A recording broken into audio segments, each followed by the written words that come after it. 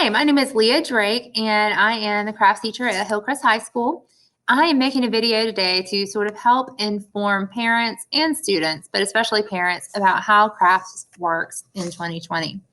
So what you're looking at right now is my Google Classroom page. We're on the stream page, so that's going to be this right here, this very first page. And this is where students can find the Google Meet link, which we'll talk about shortly. And also upcoming assignments are posted here. So if I put a due date on anything, it pops up right here for them. And here's where I place announcements. So reminders to bring things to class or helpful things that I find for students, I will post here. The classwork tab is where all the assignments are posted and materials. So this is where students need to hang out. There's a couple of topics over here. So the basics is where I put things like the syllabus, how to download materials to work offline if you need to do that one day. The supply list, which is really important, especially if you're buying your own supplies.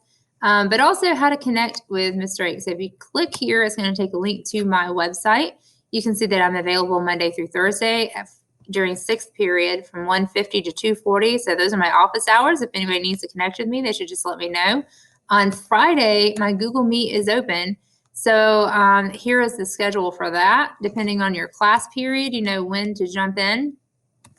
But email me anytime you have questions. We can Google Meet at other times too if I know that you need it. The next thing that we're going to look at is the reflection or attendance questions. Every student has a reflection question Monday through Friday, or every day that school is in session. So you need to answer that reflection question by midnight to be marked present.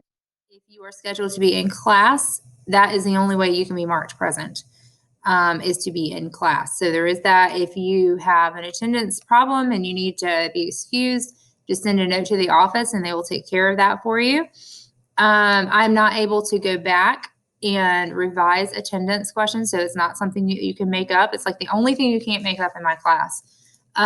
So, you know, if you forgot to submit your attendance question on a Tuesday and you were working at home that day and I marked you absent, I can't go back and change it. So it's really important to create a habit of answering those every single day. And I do build that into my daily tasks. So now we're looking at assignments. I'm over here on the topics. I've clicked on assignments, and here's where students will receive a digital sketchbook.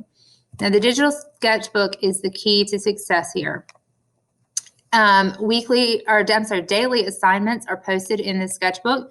Students will find resource videos for demonstrations, progressive instructions on how to complete their projects.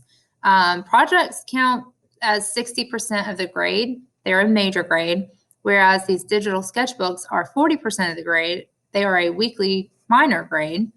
So for a 5-day week, it's 20 points a day. Students take a picture of what they did and upload it, or sometimes they might be asked to do something like this, where they watch a video and answer a few questions. So just to give you an idea of sort of how this looks, I have an agenda page that sort of helps students stay organized. Every page is outlined by a day of the week, so it's broken down. Usually I will indicate which students should do what. So in this case, it says Tuesday, Thursday students should go to the Inspire page. That was the page that I just showed you with the video and the questions and answers, and skip the instructions below. Students that are in class are following these instructions. Every page contains the instructional videos that we're using for this project that we're building. So that sort of, again, just kind of helps students so they don't have to go looking for information.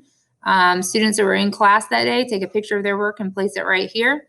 Students that were Tuesday, Thursday students were able to click a link, go here.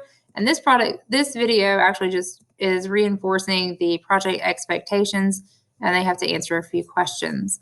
So as you can see, this particular activity for this group of students would take far less than 30 minutes. Generally, when you don't have an assignment like that, you are working on something pertaining to your projects. I'm going to use this project as an example.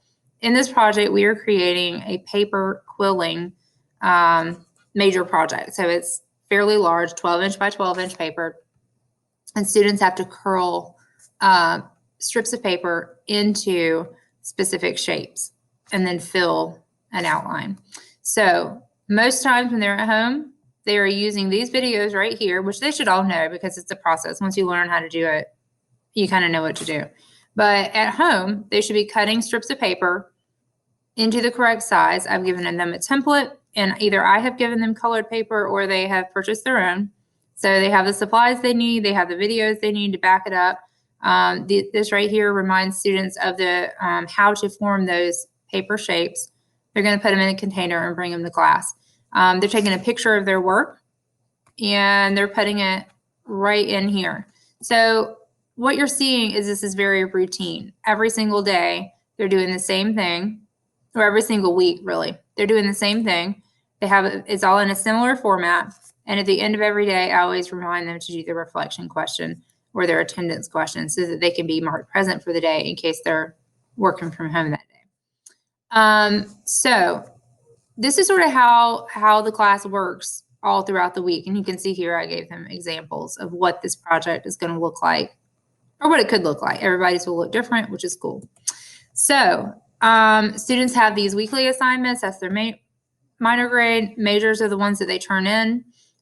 So when students participate daily, they tend to do really well on the major projects. And I realize that some people are quote unquote more gifted than others. That's okay. It doesn't matter. I don't reward the gifted students any more than I would the non-gifted people who aren't interested in it as much. It just depends on what you spend your time on, really. And if you're interested in it, you're going to spend more time on it. I get that. It's not about that. In crafts, we learn how to persevere. We learn how to try new things. There's all kinds of things that we learn that are not just about crafts.